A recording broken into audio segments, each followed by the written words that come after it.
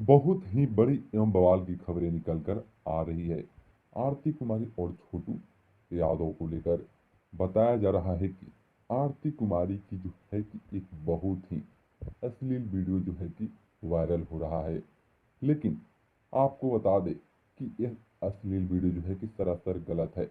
लोग जो है उनको बदनाम करके पैसा कमाना चाहते हैं, कुछ भी फोटो कुछ भी लिख देते हैं।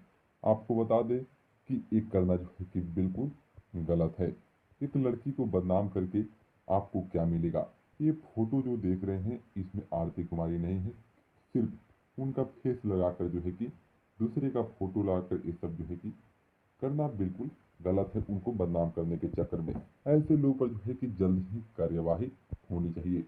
लेकिन आपको बता दें कि इन लोगों के चक्कर में ना रहे हैं, क्योंकि ये वीडियो जो है कि इनका नहीं है, किसी और का जो है कि लगाकर इनको बदनाम करना चाहते हैं। अगर आप आरती के सपोर्ट में हैं तो आई सपोर्ट आरती कमेंट में